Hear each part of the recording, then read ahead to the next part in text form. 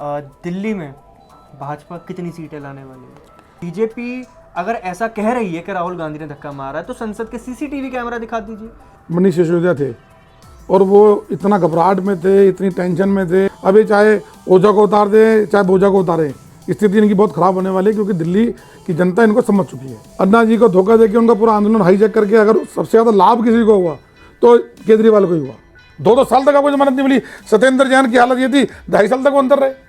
10 साल के अंदर जब मोदी जी ने पूरा देश बदल दिया है तो निश्चित रूप से 5 साल में अगर सरकार आएगी तो डबल इंजन की सरकार, दिल्ली की सरकार और भाजपा केंद्र की सरकार मिलकर 5 साल में इसका कायाकल्प कर देगी। नमस्कार, नमन शर्मा नाम है हमारा। आप देख रहे हैं व्यूवर न्यूज़। जैसा कि आप सभी जानते हैं कि दिल्ली के विधानसभा चुनाव नज़दीक आते जा रहे हैं। फरवरी 2025 में चुनाव है और इस बीच यहाँ पर चर्चा ये हो रही है कि कौन सी सीट पर कौन उतरेगा।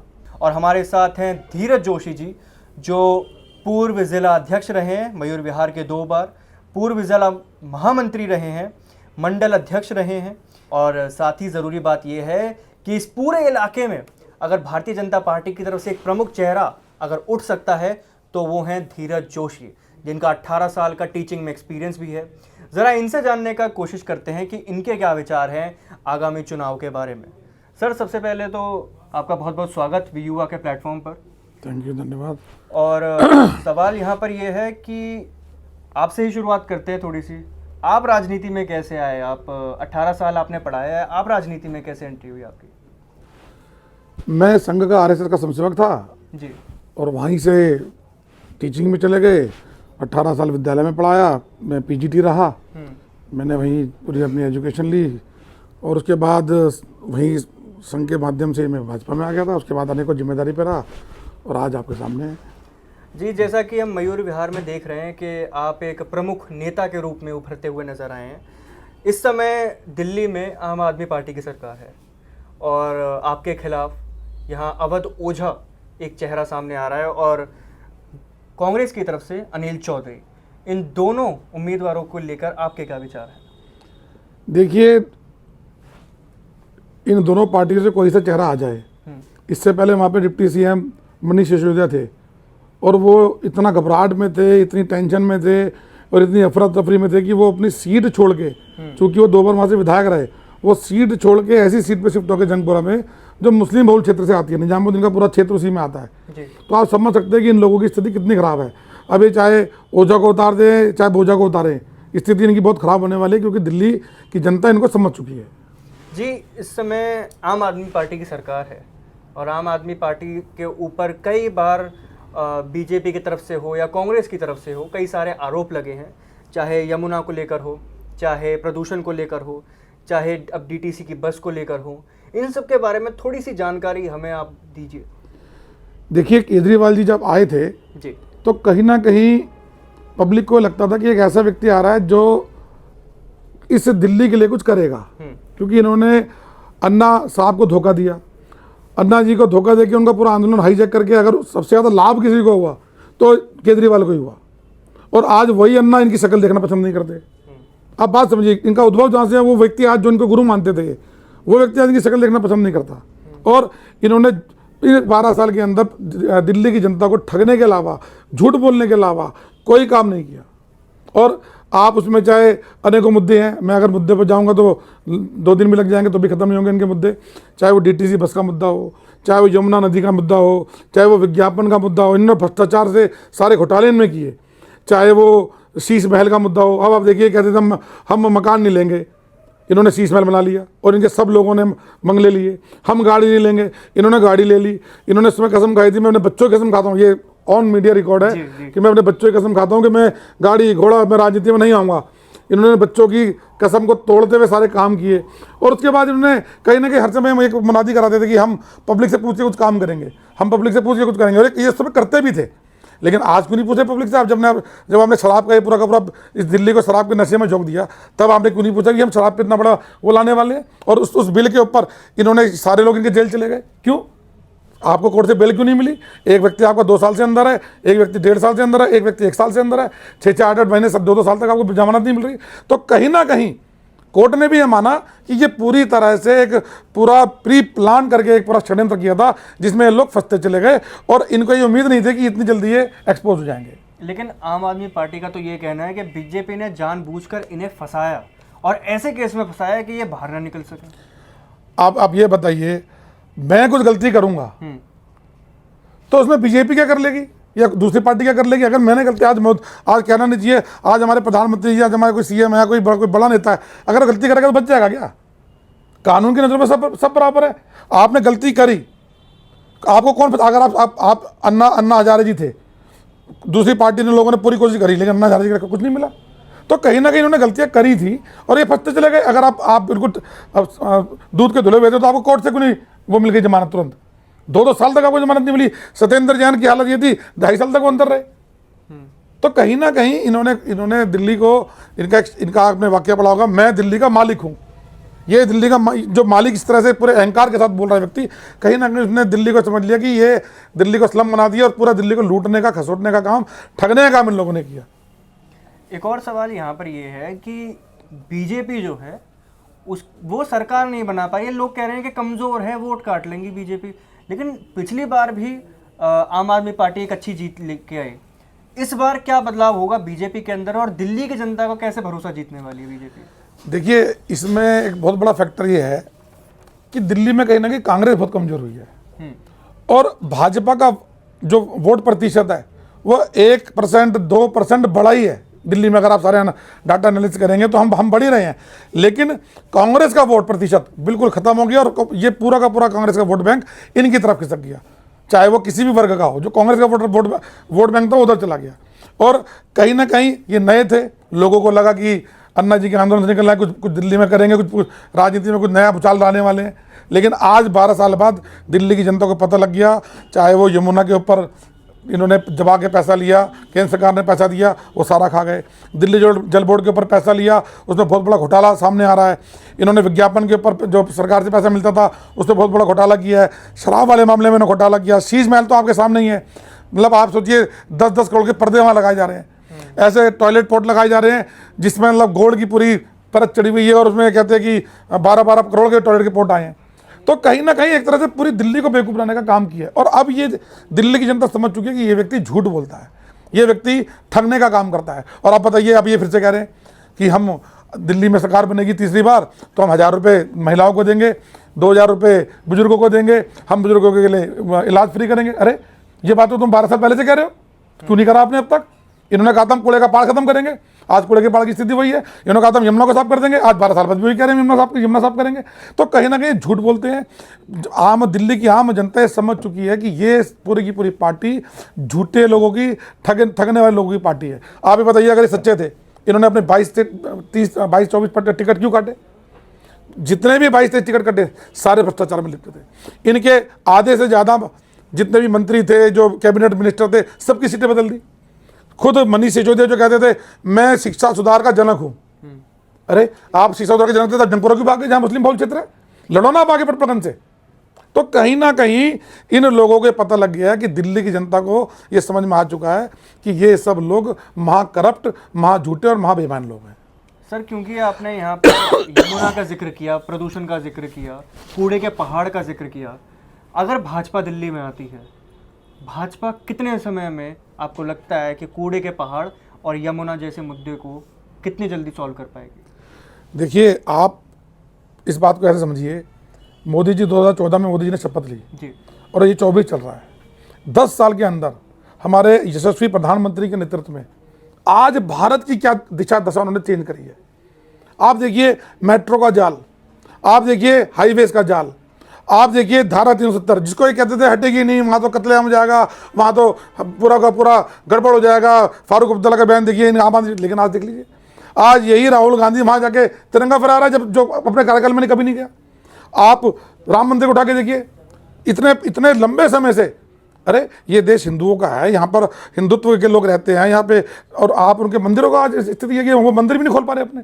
आप संबल का देखिए, संबल का नया प्रकरण आया, 50-50 साल जब मंदिर बंद पड़े हैं। तो कहीं ना कहीं 10 साल के अंदर जब मोदी जी ने पूरा देश बदल दिया है, तो निश्चित रूप से 5 साल में अगर सरकार आएगी तो डबल इंजन की सरकार दिल्ली की सरकार और भाजपा केंद्र की सरकार मिलके 5 साल में इसका कायाकल्प कर देगी दिल्ली का। जी, अभी हाल ही में एक और बयान आया अरविंद केजरीवाल जी की तरफ से, जहां उन्होंने कहा कि अगर ये भाजपा आती है तो क्या ये लोग फ्री बिजली, फ्री पानी दे पाएंगे? इस पर आपका क्या विचार है? मैं एक बात कहता हूँ, हमारे मोदी जी भी, हमारे नेतृत्व भी यही बात कहते हैं कि भाई व्यक्ति को आत्मनिर्भर बनाएं, स्वावलंबी बनाएं, उसको इतना अपने पैरों पे खड़ा कर दे कि वो स्वयं में अपने आप में अपने एक बिजनेसमैन बन जाए, एक अच्छा उद्यमी बन जाए। आप फ्री दे के करना क्या चाहते हो? आपने क्या क्या राजनीति शुरू करी है?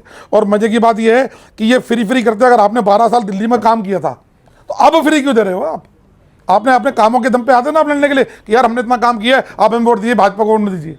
लेकिन स्थिति दूसरी है, आज भी कह रहे हैं 1000 रुपये फ्री देंगे, आज भी कह रहे हैं 2000 फ्री देंगे। ये फ्री की राजनीति कर करके इनका जो मामला चलना था वो छू मंतर एक बार चल गया, बार बार नहीं चलेगा। काट की हांडी बार बार नहीं चढ़ती। अब इनको दिल्ली की जनता सबक सिखाने वाली है, इसीलिए हताशा में है, इसलिए सीटें चेंज हो रही है, इसलिए इनके एमएलए के टिकट काटे जा रहे हैं। आम आदमी पार्टी हमेशा से ये कहती नजर आई है कि हमने स्वास्थ्य में और शिक्षा में काम किया है, और कई सारे नेताओं को उन्होंने चैलेंज किया ये कहकर कि स्वास्थ्य में हमने बहुत इम्प्रूवमेंट किया, हमने शिक्षा में बहुत इम्प्रूवमेंट किया, दिल्ली के सरकारी जो स्कूल हैं उनमें बहुत काम किया। अब क्या आपको लगता है कि काम हुआ है? देखिए, अगर इन्होंने शिक्षा के क्षेत्र में काम किया होता, जो डिप्टी सीएम इनके सिसोदिया जी हैं, जो शिक्षा मंत्री भी थे, अगर उन्होंने शिक्षा के क्षेत्र में काम किया था और वो कहते थे कि मैंने पटपड़गंज को एक रोल मॉडल बनाया शिक्षा के क्षेत्र में, यहाँ पर ऐसे स्कूल बनाए मैंने जो पूरा वर्ल्ड के लोग यहाँ पर आके विजिट करते हैं, तो भाई तुम इतने अच्छे शिक्षाविद थे, शिक्षा मंत्री थे, तो आपने अपनी सीट क्यों छोड़ दी? शिक्षा के अंदर आज के डेट में दिल्ली गवर्नमेंट के अंदर अगर घोटाला निकलेगा, इन्होंने क्या किया? कमरे के अंदर थोड़ा सा वाइट वॉश कराया, थोड़ा सा उसकी मरम्मत करी और दिखा दिया 2 कमरे नहीं बनाए। उन 2 कमरों के नाम पे पूरे कमरे का बिल बना दिया और जो काम 10,000 में होता है उसे 10 लाख दिखा के 10 करोड़ दिखा के इन्होंने पैसा हजम कराया। और ये पूरा का पूरा एक परवेश वर्मा जी ने इसको एक्सपोज भी किया था। तो ये लोग झूठ बोलते हैं। रही स्वास्थ्य की बात, आज मोदी जी को आपको ध्यान होगा, केंद्र ने योजना हमारी शुरू करी थी, आयुष्मान योजना। वो आयुष्मान योजना पूरे भारत में है, सिर्फ दिल्ली में नहीं है। उसके अंदर एक गरीब आदमी को, एक मध्यम वर्गीय परिवार को तुरंत 5 लाख रुपए का मेडिकल क्लेम मिलता है। वो 5 लाख का इलाज किसी भी हॉस्पिटल में जाके करा सकता है। लेकिन इस व्यक्ति ने सिर्फ मोदी जी की योजना ना लॉन्च हो जाए, केंद्र की योजना ना लॉन्च हो जाए, हमें कोई पूछेगा नहीं, इसलिए वो 5 लाख का वो जो मेडिकल क्लेम मिलता है, वो आज तक वो योजना लॉन्च नहीं हुई है। और 5 लाख की योजना अगर लॉन्च हो जाती तो गरीब का भला होता, मध्यम वर्गीय का भला होता। तो स्वास्थ्य में क्या काम किया है? आप अभी यहाँ चले जाओ लाल बहादुर शास्त्री हॉस्पिटल में, आप अभी इसमें चले जाओ गुरु तेग बहादुर हॉस्पिटल में, आप हालत देखिए, 3-3 दिन तक नंबर नहीं आ रहा है वहाँ पर। मैं आपसे अगर आप कभी कहेंगे तो मैं आपको तुरंत तत्काल कभी लेके चलूंगा, सरप्राइज भी जमा करिए। हालत देखिए हॉस्पिटल क्या है, हॉस्पिटल ही नहीं है, एक डॉक्टर पे 500-500 मरीज है। तो इन्होंने कुछ किया ही नहीं है। आज आप स्कूल चलिए, मैं आपको लेके चलता हूँ पटपड़गंज वाले स्कूल में, विनोदनगर वाले स्कूल में, मंडावली वाले स्कूल के अंदर बच्चे टीन में पढ़ रहे हैं, बच्चे बाहर शेड में पढ़ रहे हैं। एक क्लास के अंदर 80-80 बच्चे बैठ रहे हैं, जबकि उसके बच्चों की संख्या 40 से 35 होनी चाहिए। तो ऐसी अनेकों बातें हैं। और आप कभी भी कहेंगे हाथ कंगन को आरती क्या, आप कभी चलिए वहाँ जाकर स्थिति देखिए कि स्कूलों में क्या है और हॉस्पिटल के अंदर क्या स्थिति है। तो इन्होंने सब झूठ बोला है, ठगा है। आप बताओ ना, इन्होंने ये कहा कूड़े का पालम खत्म कर देंगे, हम कोई बाहर की विदेशी टेक्निक लाएंगे, ये कर देंगे। एमसीडी में भी यही आ गए, मेयर भी इनका है, क्यों नहीं कूड़े का पाल खत्म हुआ? इन्होंने कहा हम यमुना को बिल्कुल साफ कर देंगे। इन्होंने 12 में कहा, 10 में कहा, अब 14 में भी, सॉरी 22 में कहा, 20 में कहा, अब 24 में ये कह रहे हैं हम कूड़े का पाल ठीक कर देंगे। तो मेरा कहना शर्मा जी, इनका झूठ बोलने के अलावा, लोगों को ठगने के अलावा कोई काम नहीं था। लेकिन शराब वाले मैटर पे तो दिल्ली की जनता, और शीश महल वाले मैटर पे, 2 मैटरों पे तो दिल्ली की जनता को बिल्कुल एक्सपोज हो गए कि दिल्ली की जनता को समझ में आ गया कि ये लोग कैसे हैं। क्या कहते थे, हम गाड़ी नहीं लेंगे, हम मकान नहीं लेंगे, और अब ये क्या कर रहे हैं। मतलब सारे नियमों के खिलाफ जाके, सारे नियमों को ताक पे रख के इन्होंने ऐसा चीफ मिनिस्टर बना दिया जिसमें पीडब्ल्यूडी के पैसा लगा हुआ है, और उसमें सारी हेराफेरी करी हुई पीडब्ल्यूडी के, उसमें सारे बिलों में सारे पर्दे, सोफे, ये कहाँ से आ रहे? 10-10 करोड़ के सोफे, पर्दे। आम आदमी, जिस पार्टी का नाम ही आदमी था, जिसका चुनाव चिन्ह झाड़ू था, इन्होंने तो पब्लिक की जेबों में झाड़ू मारने का काम किया। तो शर्मा जी कहीं ना कहीं एक्सपोज हुए हैं, इसलिए बहुत परेशानी में है, बहुत उसमें चल रहे हैं, तभी भागम भाग इनकी चल रही है। और वो कहते हैं ना, जब स्थिति खराब होती है तभी ये सीटें बदलें, तभी इनके विधायक टिकट कट रहे हैं इनके। पटपड़गंज से इस समय आपके सामने ये कहें कि अवध ओझा खड़े हैं, और बहुत प्रसिद्ध हैं वो। तो क्योंकि आप जनता के बीच जुड़े हुए हैं, आपको क्या लगता है अवध ओझा कितने वोट ले सकते हैं? क्या जनता उनको पसंद करेगी? देखिए, ओझा साहब एक तो यहाँ के रहने वाले ही नहीं जी। है, मुझे लगता है पता नहीं कहाँ बाहर से आए हैं। दूसरी बात, सिसोदिया जी को सीट छोड़नी थी तो मरता क्या ना करता, तो इनको एक नाम देना था, उन्हें ओझा जी का नाम दे दिया। अब ओझा जी की स्थिति ये है कि उन्हें ना ए पता, ना बी पता, ना सी पता। कल तक वो केजरीवाल जी को अपने चैनलों पे धो रहे थे, मनीष सिसोदिया को अपने चैनलों पे धो रहे थे कि एक शराब का माफिया आया, एक शिक्षा जगत के बिल्लू बनाने वाला सिसोदिया जी आया। आज वो उस पार्टी में शामिल हो गए हैं। तो इनकी भी हालत वही है। जिस झूठ के पुलिंदे पे, जिस गंदगी पे ये लोग चलते थे, वो कहीं ना कहीं उनकी, अब जिसको तुम अपने यूट्यूब चैनलों पे ऐसा बोल रहे हो, गलत बोल रहे हो और आप दिखा रहे हो, आप उसी पार्टी को ज्वाइन कर रहे हो, आपकी स्थिति कैसी है फिर? तो कहीं ना कहीं वो एक उत्तराखंडी सीट है, पटपड़गंज हमारी एक उत्तराखंड सीट है, और वहाँ पर उत्तराखंडी व्यक्ति को टिकट पार्टी देगी, हमारा शीर्ष नेता देगा, तो निश्चित रूप से वहाँ अच्छे मार्जिन से हमारी जीत होगी।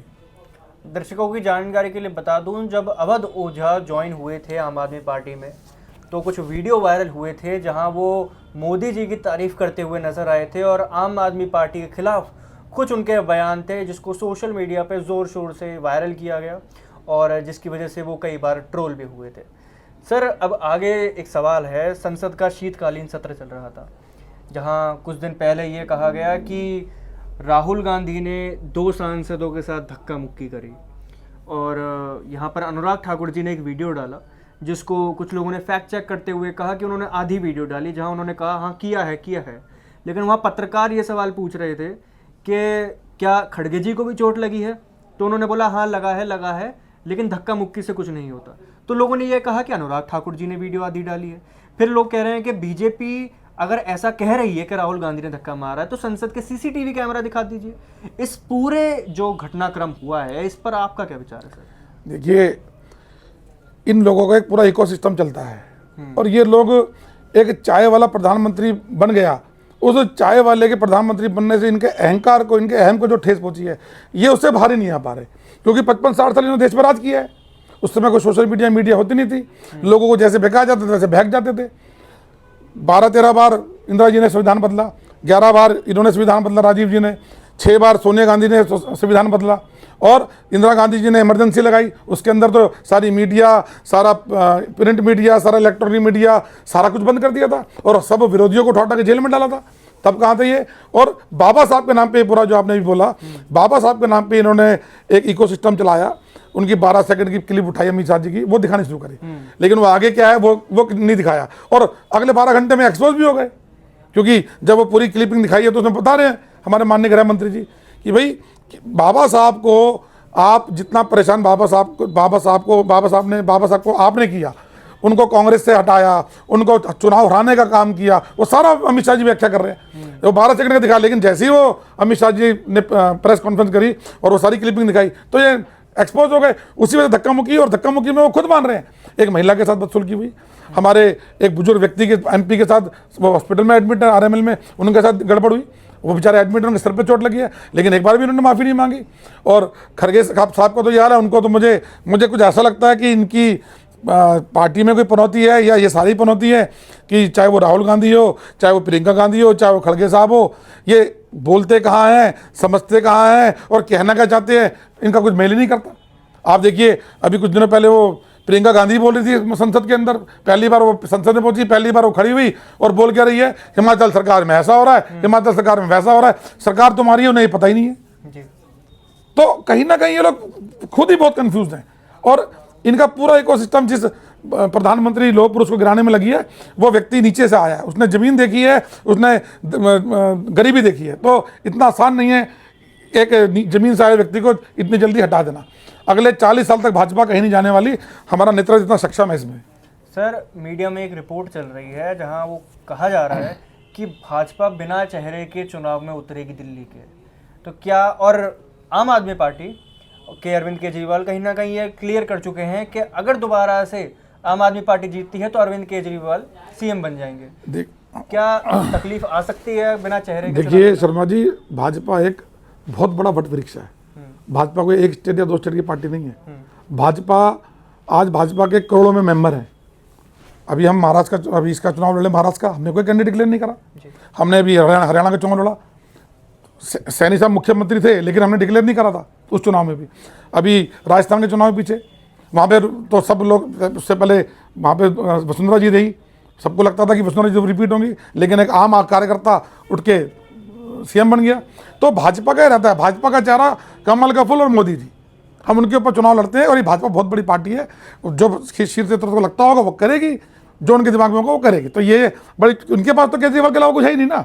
आप समझिए, आज आतिशी मरलेना वो सीट छोड़ के बैठ रही है दूसरी सीट पे, भाई तो सीएम ही क्यों बनी थी? अगर तुझे सीट छोड़ के बैठना था तो सीट मतलब क्या दिखाना चाह रहे हो पब्लिक पे?